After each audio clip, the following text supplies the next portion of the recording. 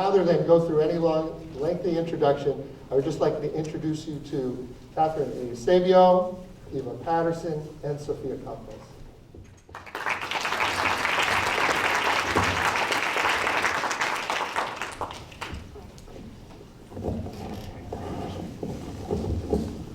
Great, good to be here. Thank you, everybody, and thank you for that introduction, Abby. So I think we're going to start off by introducing ourselves individually and then going on into a more dialogue kind of setting, and then we'll open it up for Q&A. So I'll start off by introducing myself. My name is Sofia Campos. I'm 23 years old currently. I grew up in Los Angeles, but I was actually born in Peru. And I immigrated to LA when I was 6 years old, back in 1996. My parents made that decision. There was a lot of economic turmoil. Shining path terrorism had just come to an end. So education was not good in Peru. And so my parents, thinking about our situation, they made that decision to leave everything they knew behind. And that's really where I learned the value of sacrifice, right? I grew up, I think one of my first struggles growing up, though, wasn't necessarily that I was undocumented, because I didn't know I was undocumented growing up. One of my first struggles was going to middle school. I got a scholarship for a private middle school, and I was the only person of color that was Latina that was poor in that whole school. And there was nobody to guide me through that process, and I ended up lashing out at my family and being really ashamed and having all of these, preteen emotions within me. And it was just a very, very dark period of my growing up. Then I went back to public high school, and in my senior year of high school, I found out I was undocumented. And some of you might know what undocumented means. Raise your hands if you know what undocumented means. Okay, well, not everybody does, especially when I found out. I had no idea. I was confused. My world was turned upside down. And actually, my college counselor didn't know very much about it either. He didn't know really much about AB 540, which we have in California that provides in-state tuition, regardless of immigration status. He didn't know about the fight for the California Dream Act, which we just won back in 2011. He didn't know that the packet of scholarships that he handed over to me to research and to try to look for was completely outdated and really served of no use. And he didn't know that piece of advice that he told me to just settle for community college instead of going and pursuing my dreams of going to any school that I wanted, which is what I had been working for towards that whole time, really affected me in a very deep way, right? I saw him as a person of authority, and I really took his words to heart. So my parents were the ones who pushed me to accept my UCLA admissions, and with the warmth of people like Mr. Oswald, who told me it doesn't matter what your status is, right? It matters that you worked hard and that you have a good heart and you want to pursue your dreams. I started at UCLA, and it was a 2-hour commute each way because we can't drive as undocumented people, right? We don't have that right or that privilege. Then I found out that I couldn't leave the country. I could never see my grandmothers before they passed away, even though I had always wanted to do that. I had always wanted to travel abroad. That's how I saw college up until that point. I found out I couldn't even work legally. So not only did I not have access to financial aid, to federal or state or local or loans, I could not even work to afford tuition at UCLA. So I had to understand what it meant to work underground. I had to learn what that meant overnight. So you can imagine the nights that I rushed to my pillow and just cried my eyes out and did my best to hide those tears from my mom and my little sister, because I didn't want my sister to think that was what college would be for her. I'm the oldest of 3. I'm the first in my family to go to college here in the US, and I didn't want her to see that. So that's what motivated me to get involved. That's what motivated me to keep going, really, is my sister and my brother. So I got involved with Ideas at UCLA, which is a support group for undocumented youth on campus. And it's amazing what community can do for you. It's amazing what support, more so than the educational aspect of it, right? Teaching you what undocumented means, what the legislation are that you can fight for, what exists already. It's amazing what just that mental and emotional support can do for an individual that's going through very, very deep struggle. Because even though it began as a physical struggle on the bus, on that 2-hour commute each way, even though it began with that mental struggle, right, of knowing that I couldn't apply my UCLA degree after I graduated, I think what really was difficult was that moment when I began to question my dignity.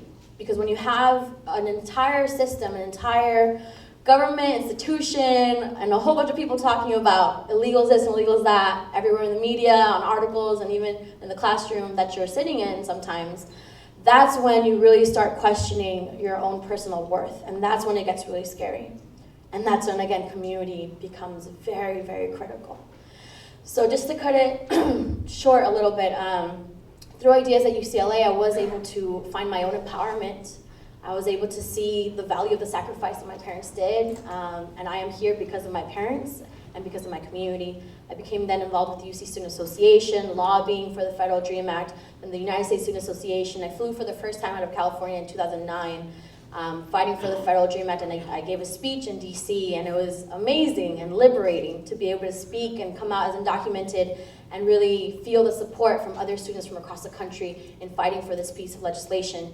And then we also began United We Dream back in 2009. So that's our national network of immigrant youth. Currently has over 52 affiliates in over 25 states here in the US. And it's taken a few years to get there, right? To be able to come out as undocumented, to be able to come out as real people in the society, not as a stereotype, right? That's just talked about in rhetoric. But it's become such a beautiful beginning to a movement, right? So now I'm chair of the board of United We Dream.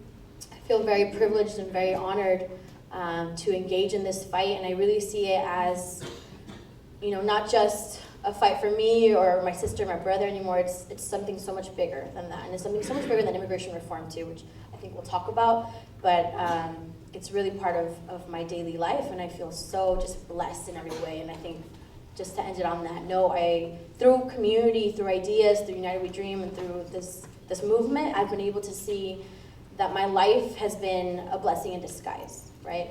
Whether it's been the undocumented thing, the poor thing, the person of color, like everything was happened for a reason. Everything was meant to be. And now I'm a UCLA graduate, and I just got accepted to MIT and to Berkeley for grad school, which I'm really excited about.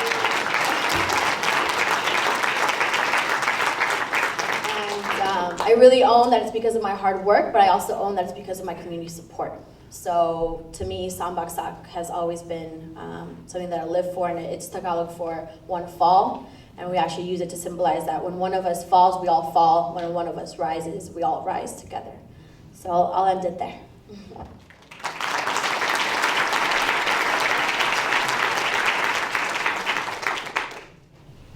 Thanks, Sophia.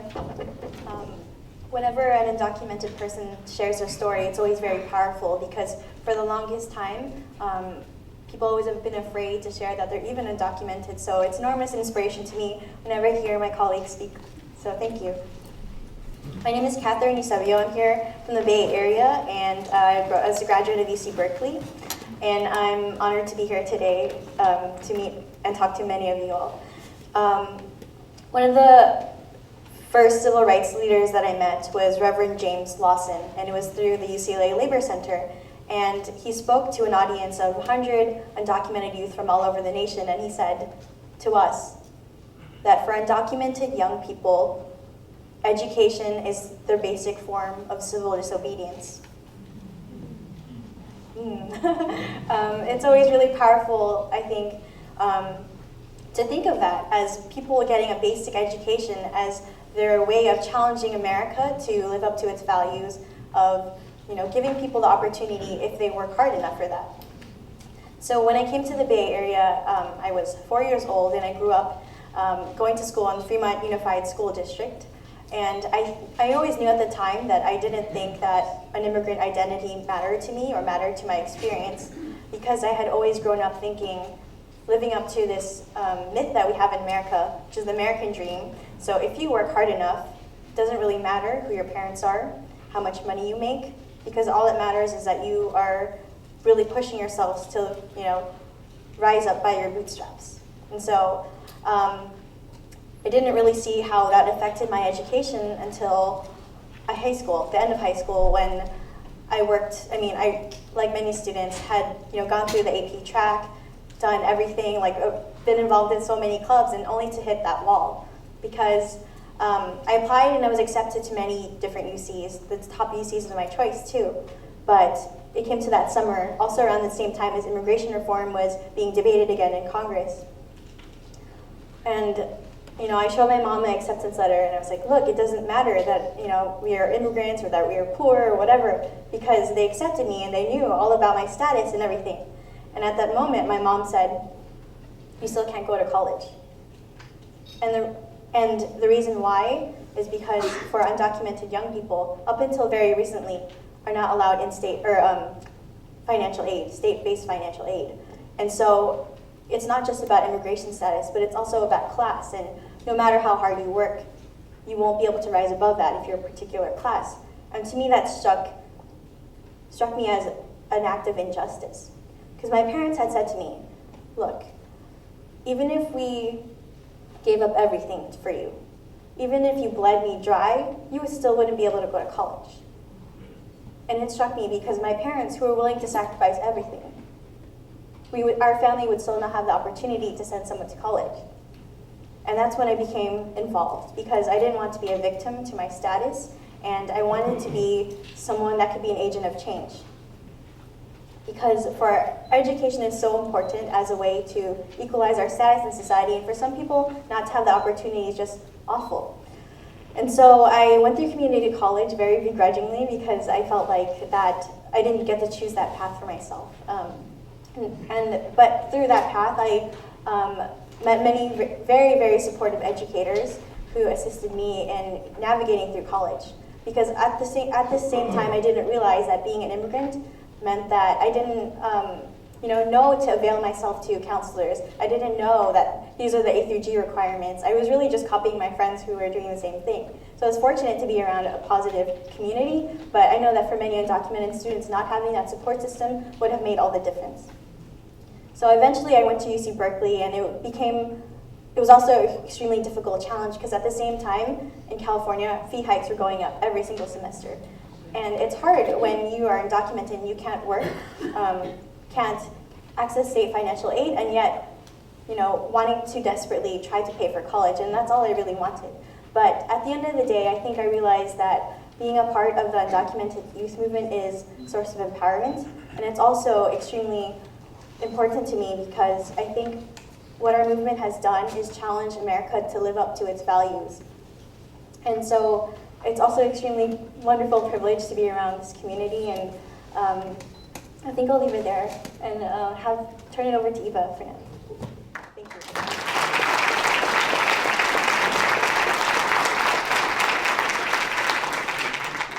You often hear speakers say they're humbled to be someplace, and it always sounds insincere. I feel very humbled to be with these two young women. I follow the Dreamers from afar, and I was telling Catherine this morning that I've cried many times because of your bravery, and I think on behalf of all of us, we applaud you.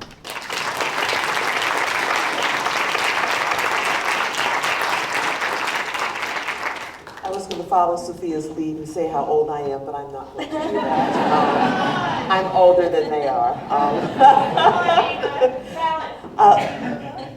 In June, I'll be able to sing, "Will you still need me? Will you still need me when I'm 64?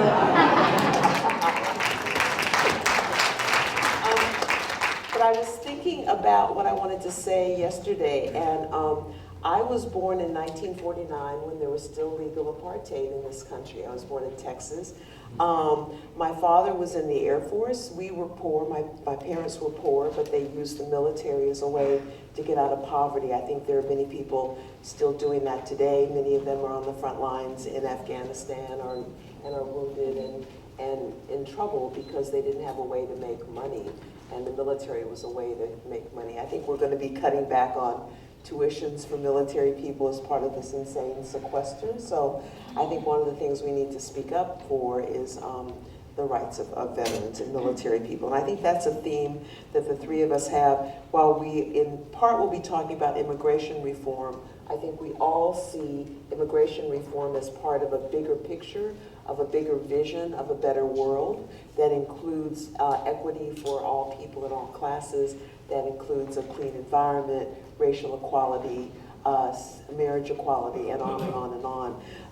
But I grew up out of the country. I grew up I was going to say Illinois, but that's not out of the country, but some days, in England, France, and Illinois. My family came back to the country in 1960, and my father had served his country, had been in World War II, and when we went to the Air Force Base, Scott Air Force Base, to check in, our quarters weren't available. So we went to stay at a little motel outside of the Air Force Base, and my parents came, and despite the fact that I'd seen a no vacancy sign on the, this is 1960, in the north, a no vacancy sign on the motel, my parents said there's no room here. We had to leave Illinois, cross the river, go into Missouri, into St. Louis, to a black part of town to get a place to stay. So welcome to the United States, 1960. I was a nerd, did well in school, was in integrated schools my whole life, so I've never felt that, and I'm going to talk about white people today. I know nothing against white people. Some of my best friends are white people. You'll hear me mention this, but I was smarter than most of the white kids in my class, and this will be important later when I talk about affirmative action. So I was on the speech and debate team, and friends of mine told me I went around giving Yeah, I Have a Dream speech as my speech exemplar, and did that all around Southern Illinois. And when I got into high school, I was kept out of some of the advanced classes, I think because I was black. I don't know if any of you have heard of the Daughters of the American Revolution, but they're the people who wouldn't let Marian Anderson sing at Constitution Hall, and she ended up singing at the Lincoln Memorial. Well, I was the person who was the awardee, should have gotten the DAR award at my school, but they wouldn't give it to me because I was black. So I still was kind of oblivious because my parents said, well, you're the same as everybody else. And so I got to college in 1967, which was a perfect time to be in college. It was the second year at Northwestern where they let a bunch of blacks and Jews into the school. Big mistake, because by 2 years later, we're taking over buildings, shutting down the school. We had a great time. And that's when my consciousness of not being a Negro or colored, but being black and African American was formed. I was around a lot of black students. We formed an organization called FMO, for members only. My freshman year, we took over the bursar's office a month after Dr. King was killed to get black studies, a black dorm, and a number of other things. And I think this is something, I see some gray hairs out there, so I know there's some people who I was at the barricades with or was partying with or whatever back in the day. But I think one of the things that kind of spoiled us was that we took over a building on Friday. By Monday, all our demands were met. So we had a sense that presto change, things would change. My father was in Vietnam my senior year in high school. We didn't want to move back to Texas. My family wanted to stay in the north for me to get a good education. And so they won't let you stay on the base when the person in the military, I don't know if this has changed, has moved, so you have to move off the base. So we were the first black family to move into this little town in Muscoda, Illinois. And people were like driving past our house really slowly. My brothers were called nigger walking to school. I later found out things got almost very violent there. So this was another welcome to America moment. When I started Northwestern, people were starting to turn against the war in Vietnam. But I was, a little hot dog. I was even a Girl Scout my first year in college. That was how nerdy I was. But I was arguing with my colleagues saying this: we have to support the war in Vietnam because the president says it's right, and we have to do what the president says. I actually said that, believed it. My friends went to Wisconsin to work for McCarthy, Gene McCarthy. I was still supporting the war. By the time Robert Kennedy came out against it, that turned me. And I say that for a couple of reasons. That we don't all start off politically evolved, that change is possible, that if you give information to people, you can change their mind. Because I've always been very verbal, and I was fighting these people. You have to do what the president says. I can't believe I said you have to do what the president says. A few years later, I'm like calling for the impeachment of Nixon, so things did kind of change. So I could talk for hours. I love to talk. I once said I was a magna cum laude graduate of the Fidel Castro School of Public Speaking. But I won't talk for much longer, but just kind of snapshots. I became a lawyer because lawyers at the time were not the butt of jokes. We were people who could make things different, and I think many good lawyers do that. I got into Berkeley on affirmative action. It's the first time anybody treated me like I was dumb because I was African American, which is why I said I used to think I was smart when I was in high school. And 10 years or 20 years after I graduated from Berkeley, I remember, oh yeah, I'm smart again. But affirmative action, I think, was very important. It opened the door, but people would stereotype you and make you think that you weren't very smart. I've worked on racial justice issues as a lawyer for years. I helped desegregate the San Francisco School District, the San Francisco Fire Department, the civil service testing system for the United States. We were involved in litigation on behalf of battered women in Oakland to get batterers to be arrested and have that treated as a crime and not as just, oh, you know, stop mouthing off, lady, and he'll stop hitting you. And we got a shelter set up in Oakland. We fought against Proposition 187. We've had to learn how to use the initiative system mainly to stop bad things, but it looks like CTA and others were able to actually use the initiative process to pass Proposition 30 and to get some money back in the system. So I'm a lawyer, but we've had to learn how to run political campaigns and messaging and the like. We have filed briefs on behalf of marriage equality. We filed briefs in the Perry case, the Prop 8 case, the Windsor case, the DOMA case. So we talked on the phone with Avi about a week or so ago, and there's lots of things we want to talk about with each other. And we also had the lady who's the president-elect come up, and she had some questions. So we want to make sure that there's question and answers period at the end, because we understand that many of you may have undocumented kids in your class, and what can we do? I can't give legal advice on that, but we can probably get you to the right people, and they probably know the answer. So we want to start with we want to have a dialogue among ourselves. So there are two things we wanted to talk about. One that we talked about extensively on the phone, and that is, I see many of you are my generation. And remember, we didn't trust anybody over 30. Now we're way over 30, way over 30. So are we now the problem? Are we the people who used to think were just, pains in the behind, didn't know what they were talking about, just thwarted our progress? Are we aware that we may be those people? Probably not, because we never thought we were going to get old, and we don't think we're old now. So and how do younger people see us? Do you all see us as supportive? There were older people, they were probably like 40, they seemed ancient at the time, but older people who were down with what we were doing, were inspired by what we were doing, and did whatever they could to help. How do we become those people? Are there things that we are doing that stand in your way as teachers or as adults? How do we make sure that your reality drives the movement? But the flip side of that is we as older people don't want to be kicked to the curb either. We have some things that we think are helpful. So how can we be helpful? How can our reality be seen as something valuable? And then Catherine and I were talking, and I see their struggle as just an incredible civil rights struggle. She doesn't necessarily see it that way. I said that you are the equivalent of the kids in the South who were being hosed with fire hoses and had the dogs at them because the state can come and scoop you up and take you away. The idea that you can't fly or drive, I never even thought about that. That's extraordinary. So why don't we start with, do we feel that the DREAM movement is a civil rights movement? Okay, I'll start. The reason why I said that was I was reflecting on how I was invited here, and it felt really weird to say, like, I know stuff about civil rights, and especially as a young person, perhaps I've been internalizing that, I don't know, feeling of inferiority but I don't want to say or claim that I'm some kind of civil rights icon or anything like that. So that's where the conversation was coming from.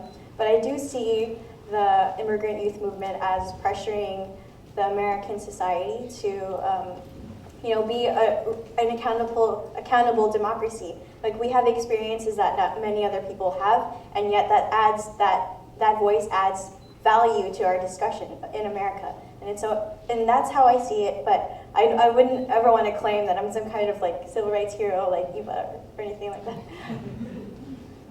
Sophia. I mean, I think I agree. We're not here to claim that we're icons, but I think it is good to feel good about what we're doing and to feel that it's a continuation of what was started in the 60s and before that with Gandhi. I mean, I really see this as all part of a bigger picture and trying to create a better world. So I think it's not too much of a stretch to call this part of the civil rights movement. It's not the civil rights movement, I would say, but it's part of the civil rights movement. We've engaged in actions of civil disobedience, of nonviolent civil disobedience, because we've learned from the 1960s actions of civil disobedience, right? From the counter sit-ins, from the boycotts, we've studied that and intentionally learned from that, right? I'm currently a TA with Reverend Lawson at UCLA, who teaches a class on nonviolence and social movements. And just hearing everything, and just hearing your story right now, Eva, I mean, there's so many parallels. I've been denied scholarships and work at UCLA because of my status, right? Automatically written off and not given any reason. People just, it is what it is. Oh my gosh, that hurts so much every time I would hear it. And it is what it is. It is not what it is. We can change what it is. That's what I've learned through my organizing, and I feel like that's what y'all taught us from what y'all did in the 60s and the 70s. And I see this also as important to claim as part of the civil rights movement because so many youth are so disempowered right now, right?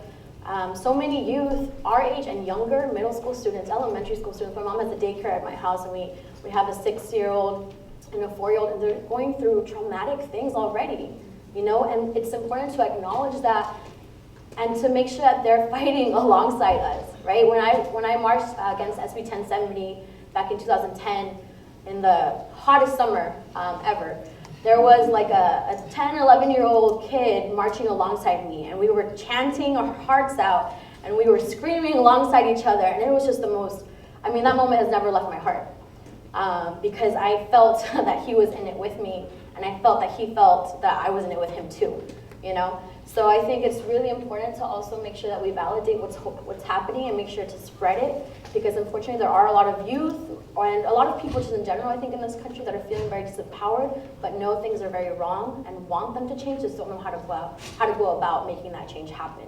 And I feel like nonviolence and community and this movement is the right way to go. I've a question for the two of you. Baird Rustin was Dr. King's aide, and Clay, I feel embarrassed even talking about Dr. King because he is the repository of the paper, so don't call me out if I'm saying things that are messed up. But Baird Rustin was Dr. King's top aide for a while until he was pushed out because of red baiting and because he was a gay man. And one of his very important contributions to the movement was the notion of the Grand Coalition, that what we need to do is get out of our issue area silos and support each other. So I support immigrant rights on an idealistic level, but I also have a pragmatic reason for supporting it, because I hope that if we have your backs on immigration rights, you'll have our backs on the case that's before the Supreme Court now, called Fisher versus University of Texas, that may eliminate race-conscious admissions. At UC Berkeley, in my class at Bolt, when I entered in 1972 at the law school, there were 30 black students. After affirmative action was eliminated, there was 1 in the entering class. So one way that people get out of poverty is by getting jobs that allow them to have better income, that gets their kids to different schools and the like. So if you block the pipeline, that causes problems. Similarly, we have filed 2 cases in the marriage equality movement. So do you all see in the DREAM movement, is there an understanding or desire to connect with other social justice issues? Oh, definitely. I think that's a huge point of pride for us too, because the movement is recognizing that we need to broaden it. So for example, here with the United We Dream, we have QUIP, Queer Undocumented Immigrant Project. So the idea of linking LGBTQ communities with ours and challenging the broader LGBT community to include immigrant rights in their platforms has been a huge point of pride for us, because I think we are definitely trying to connect. And similarly, we are trying to raise the visibility of undocumented Asians and Pacific Islanders because they're part of the community as well. But, you know, for example, the Asian American community doesn't always recognize or wants to recognize that immigration is part. So I think, as we move along in our movement, it's getting broader and broader, and we're trying to be as inclusive as possible. Yeah, I think the only thing I would add to that is just the power of storytelling. For us, I think that's been the basic unit, the origin of where our movement started. Because there's no race, there's no color of skin, there's no accent that can tell you whether somebody is undocumented or not, because I didn't even know about it until I was 17. And so really sharing our stories and coming out is how not only we're able to teach each other and learn from one another, but really build solidarity in such a deep way. You go to a Congress of undocumented youth and you find out that somebody's undocumented, or you just hear their story and automatically you're brothers, you're sisters, like that, And you know that you're gonna be in actions and marches, in lobby sessions, whatever it is you're gonna do, what it is that you need to do in order to make sure that we all move forward. And so the power of storytelling, I think, has been really key, and a lot of what Catherine just talked about is in our book, actually, that we published with the support of the Labor Center on Undocumented Unafraid. It's the second one following undergrads. But I just wanted to highlight how important it is for us to document our own stories and our own struggles, right? Real time also, I think is very unique. And I think the pragmatic side of storytelling is not only will we support each other in legislative battles, but more importantly in our communities, right? Because I think that's where the battleground is most important, the day-to-day life, the day-to-day struggle. How do I make sure that my African-American brother doesn't end up in a gang, right? Because we all impact one another, and that would impact me directly, it would impact my family, my community. So I think storytelling and bonding in that deep way would be the biggest thing to get out of larger coalition work. Well, the other thing about storytelling is now your stories are going to be part of what I say when I go out and talk. I talk a lot of different places, and the fact that you can't drive or fly a plane is mind-boggling. And that makes your struggles much more human. And we're struggling, and I see my friend Phil here, we're struggling in the African American community to make sure that we are not pitted against each other, because they're African, undocumented people. And so your stories are important. Let's shift, and we want to allow some of you to ask questions in a few minutes. But what we want to do, and I think what might be helpful for you all as social studies teachers and teachers, is what are things that you've seen from teachers and older people, your teachers here, Mr. Oswald, that have been helpful, and what things could my generation change to be helpful? I don't want to say how are we messing up, but I guess that's what I'm really asking. So what's good and how can we be better? I can start.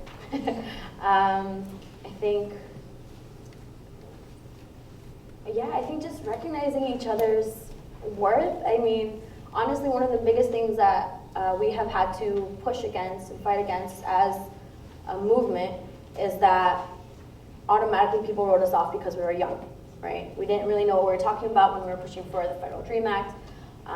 We didn't know how to organize the way it should be because we were seen as kids, right? And even today, people still call us dream kids. We're not kids anymore. Not all of us are in high school. We're graduates. Some of us are mothers and fathers, right? But that will still benefit from the Federal Dream Act because it goes up to the age of 30. And there's been generations of youth and students and people that have come before us that have done this work, right? And maybe have had to take a break or whatever it is. And so it's a little frustrating when people still refer to it as dream kids because we're definitely not just kids. And I think our experience is what is most important, right? I've learned that age doesn't equal maturity, right? So I think experience, though, is what causes maturity, right? And we have a lot of lived experiences. And like I mentioned, I know kids that are going through traumatic experiences or have gone through lived experiences that are nothing compared to mine, but they're in high school or they're in middle school already, right? And so I think it's really important to acknowledge that and check our assumptions, always. And I think that goes not just for older generations, but for all of us, also for youth to make sure to check their assumptions too, and not assume that every adult out there, right, is against you or trying to fight you, but that we can come together and bring ideas together and minds together and hearts together to be more effective, which I think is what many of us are open to always. Like I said, learning from the 1960s movement, learning from Reverend Lawson, learning from all of you. But I think checking your assumptions is really key. So similar to what Sophia said, I would say that when affected people lead the way, that's when a campaign, an action is most effective. So really allowing the space for the person to speak if they're the ones that we're talking about. So for example, in earlier immigrant rights battles, we weren't allowed to speak. We were just, tell your story, say what your name is and where you come from and that you're a dreamer. And then that was it. But really when undocumented people or any people are allowed to be the leaders and given the opportunity to speak their minds, develop their own ideas, that's when, what would make a campaign most effective. And so, in daily life, I think what's most important for teachers to understand, especially when they have undocumented students, is that they need to be supported. Just the idea that they are allowed to go to college or that they can make it regardless of what their challenges are, that's what's most impactful. But in an organizing setting, I would say that it's important to be aware that your titles and your age and all of that stuff conveys authority, and that would encourage people to make decisions based on your titles or your where you're coming from alone. But that isn't necessarily what would be the best way. So for example, I worked with an organization where we had an attorney and a community organizer who was our age. And the fact that the person was an attorney would shape the decisions that our group would make and not allow us to have really develop our own ideas and think on ourselves and make our own decisions. So just be aware that authority plays a big role, and the best thing that older generations can do is really encourage young people to think and speak for themselves. May I ask you too something? Because I'm an attorney and I think I know a lot. And how do you balance? How do I balance, and the older people balance, our knowledge and experience and knowing things that have not gone well and having a vision with listening to you all? Because we don't want to just discount our experience or our conclusions, but we also don't want to squelch you. So do you have any advice about how that balance is struck? Listening is so important. I mentioned storytelling, but storytelling, I think the significance of that is not just in telling your story, it's in hearing somebody else's story, right? Active listening is so key, and unfortunately I think in this society nowadays, it's really hard to listen. There's so much noise, so many things that are blinding us, right, just from each other. And so listening is really, really key. And I think as youth, a lot of the times we're not listened to, or many youth don't have somebody to listen to them. And that causes a lot of things in their life, right? A lot of unintended consequences, things that they don't even know that they're doing wrong. So I think just feeling like you're able to be heard, that can be the biggest gift that you give somebody. And something else I want to say is never say you can't. Never tell somebody that they can't. That's the worst thing you can do, and you would think that would be like, common sense. I would hope that someday that is common sense, but unfortunately, like I said, there's a lot of things that I think disempower us along the way, along our lives. But never should we say you cannot achieve your dream. And I think that's what Mr. Oswald did for me. He told me, you can do anything you want, no matter what. And I think that liberated me a lot. My parents did that for me. My community did that for me when, like I said, the institution was telling me I couldn't. People in authority, administration were telling me it is what it is. In other words, you can't, right? So I think watch out for your words, because your words are really, really important, and they will become actions, not just in yourself, but in others. That's so funny. I wrote down the same thing on my paper. So listen, support goals, and help realize goals, but also don't shut anyone down or tell them that they can't do something. That's really key. Like it's wonderful to impart wisdom, but also keep in mind that you aren't pushing them to do something that without letting them be heard first. I think we wanted to talk about our day-to-day life experiences and advice we might give to each other about how to sustain ourselves so we make it to 64, 74, 84, 104. Yes. Well, I know I had a question about sustainability. I mentioned I'm 23, but honestly, sometimes I feel like I'm way beyond that, and it's very tiring. I'm just being really real with you all. It's very tiring to be part of a constant fight And like I mentioned, constant struggle with your own dignity sometimes, not understanding why we can't just value each other at the most basic level and recognize our humanity and see the potential that I see in so many people that I've already met across the country. And I'm excited to meet across the world someday, right, when I get that right to travel. But I think, how do we maintain that sustainability when we're very committed to this social justice fight, to the civil rights movement, continuing that? How do we take care of ourselves? You know, is it okay to take a break sometimes to then come back in? Or what are some of the words of advice that you would give somebody in our position? Once again, I'm nervous because Clay's here, but I'm going to say what I think I remember from Dr. King's last days. I think he was trying to take some time off. Is that correct? Good.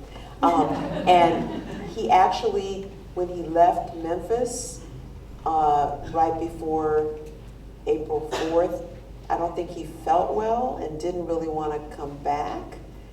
But people said, you have to come back, you have to come back, you have to come back. That haunted me. That's haunted me and haunts me to this day. That probably somebody else would have shot him. But what if he had taken care of himself and said, my peace of mind is more important than this particular march? As I said, that haunts me. On a less dramatic level, many of my colleagues take sabbaticals. Every 5 years, people take 3 months off. I think that's really important. I think it's important not to work 24/7. I think it's important to have friends who don't care so much about our work. I think it's important to be silly. I think physical exercise is important. Figuring out through meditation or whatever how to turn it off, because you can't live with this 24/7 because it will just take you down. I think love is important. Being in love with somebody, children, partner, whatever, is more important than this work. Yes, I said it. It's more important than this work. We do this work so people can have good lives. We deserve to have good lives. Here's something I wanted to say to the two of you, because I didn't do this. Put money away. Because when you get to our age, God knows if there'll be Social Security. It might start when you're 109. And I'm just barely joking. But put your money away. Older people, am I right? Am I right? Compound interest. No, that sounds crazy, but when you get to a certain age, you want to be able to go, I don't have to do this anymore. I can walk away. Maybe I'll turn to you, and then maybe we can have some time for some questions and answers, and maybe we have 10 minutes. 13 minutes, great. And then maybe people out there can talk about what they do to sustain themselves. So did you have something you wanted to say? No, very similar to what you said. I hang out with friends that aren't, immigrant rights movement activists, and something I learned is to be comfortable moving away from toxic people, even when they're in the movement themselves. Tell the truth. And it's really important because I think that there's certain obligations as professionals, as people in the same network, that you have to be around the same people that may not be good influences. But I think to keep yourself going, that it's sometimes, as hard as it may be to turn away, it's important to just take that step and know that you're moving in a positive direction. The other thing I would say is I'm a great believer in therapy. And I think if you're having internal problems, find a spiritual person, a psychological therapist, because it's hard having the whole society coming down on your head, So get help. If you need help, get help. Are there questions people have in the audience about how you might work with your students in a more effective way? Are there things you might tell the younger people or the older people? Yes?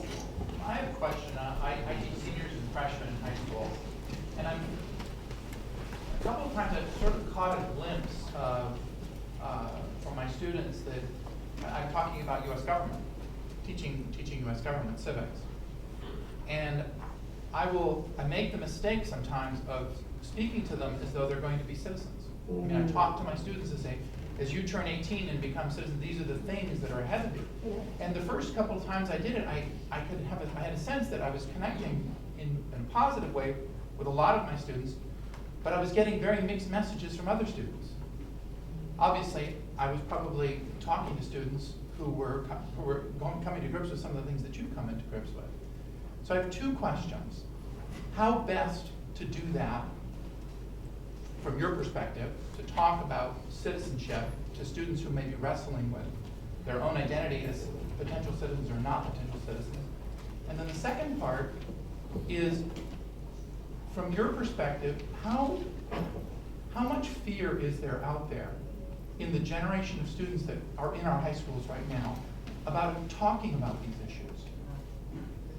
Because obviously the both of you are very open, but I sense that there's an awful lot of fear out there, and I wonder how much there is.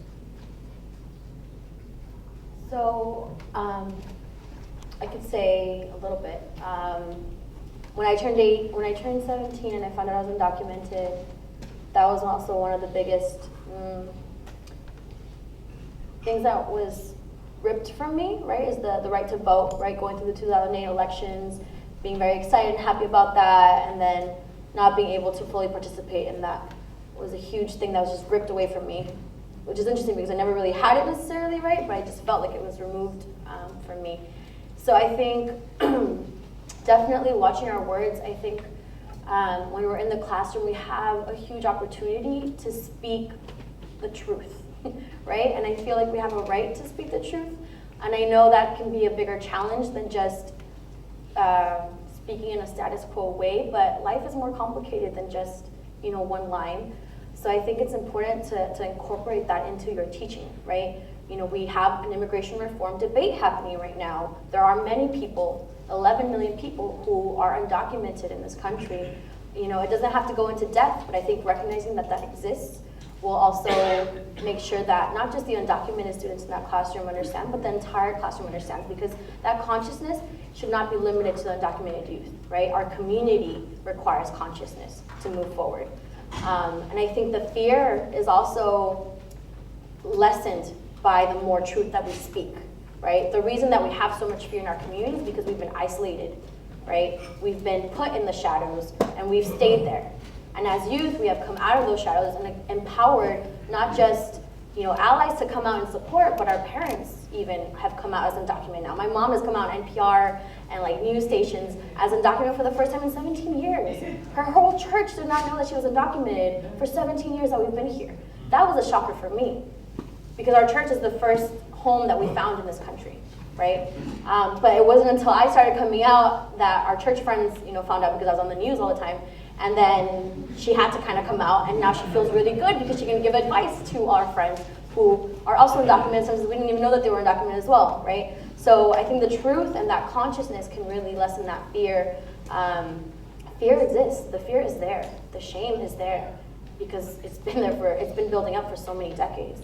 And it's our turn to make sure that we do our job and take that fear away and come together and stop that isolation, I think. Just one comment. I think it's important to recognize that citizenship doesn't define your ability to participate in American democracy. Regardless of your status, you still have the power to affect the way that policies are run. So for example, many Dreamers, especially in Arizona, registered people to vote, and then by doing so, eliminated the person who wrote SB 1070.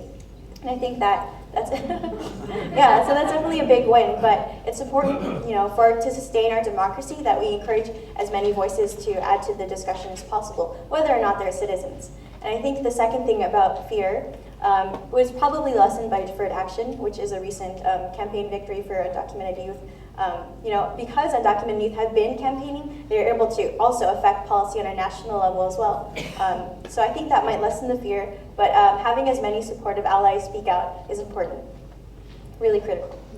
As Sophia was talking, I was thinking about what you're saying is applicable to all of us. There's probably something in your past or present that makes you feel not quite part of everything, that makes you feel kind of, people shame you. And so you might think about your own experience, and then that would help deal with the kids. Your students are kids. They are kids, right? The kids. But just as you were talking, I was going, what you're talking about is universal. It's a universal thing. Questions? I'm afraid to call on Clay. He's going to say, girl, you know what you talk about. Clay, fabulous, Professor Carson. One of the things that I was thinking about during the discussion was, and it comes after this question about citizenship education. We sometimes confuse, I think a lot of Americans, a lot of people use rights with citizenship. As citizenship rights. Rights come before citizenship. And if you read the Declaration of Independence, it talks about rights before it gets to the notion of a country. We define the country on the basis of pre-existing rights. So I think one of the discussions that is not happening, that probably should, is you're talking about a small area of undocumented in terms of trying to get people like yourselves who've grown up in this country. But the real issue is, why shouldn't people have the right to work where they can and not lose rights? Now, in Europe, that happens. That's the way it is right now. If you're a citizen of any of the countries, you can move about based on labor needs.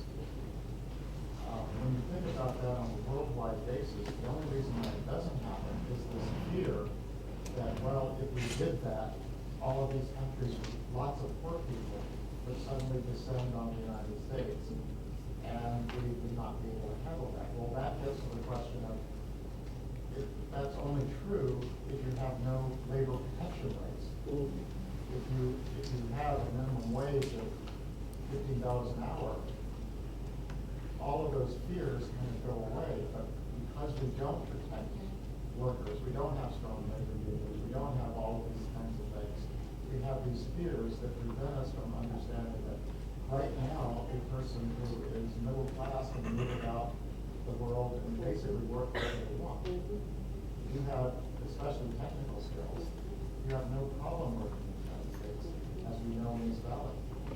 So I think that we need to have a broader discussion about why, maybe in terms of 100 years, but you're young, and you can kind of hit on that we just need to address the broader question of why do you lose rights?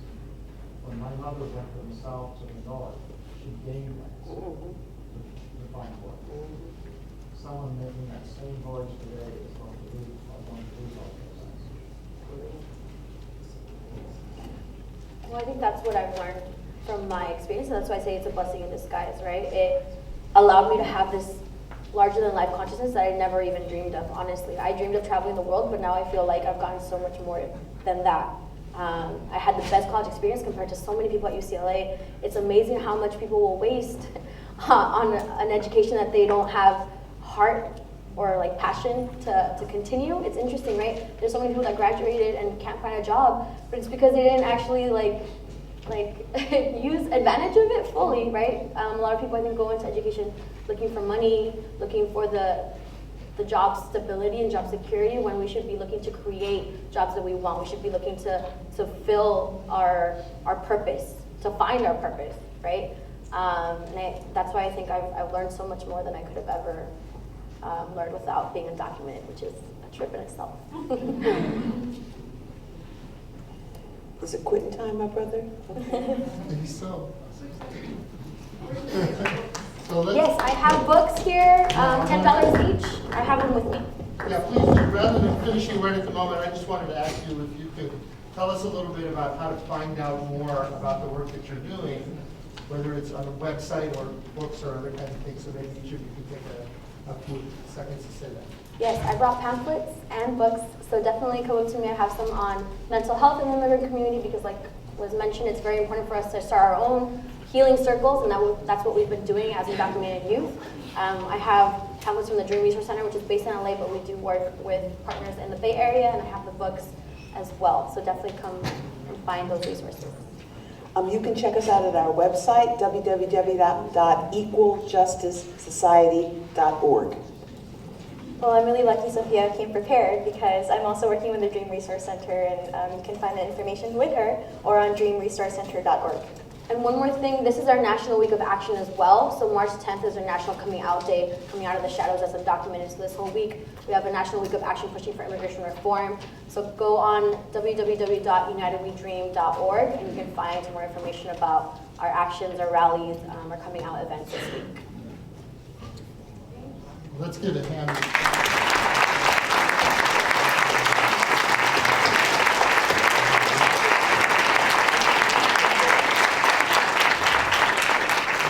I want to put a plug in to recognize our amazing panelists here. We have two panels. This came to mind when you were talking. We have two mural projects that are out in the front hall, one of which is about our dreams for the future. I want these guys to write their dreams up there and contribute to it. We also have a foot soldiers mural. And when I heard Catherine especially say, we're not icons, I thought, there aren't that many people who are icons, especially when they start. Dr. King wasn't an icon yet when he was here, guys. So I think recognizing, and if we want to add people who belong on there, I would add our powerful young women, all young women.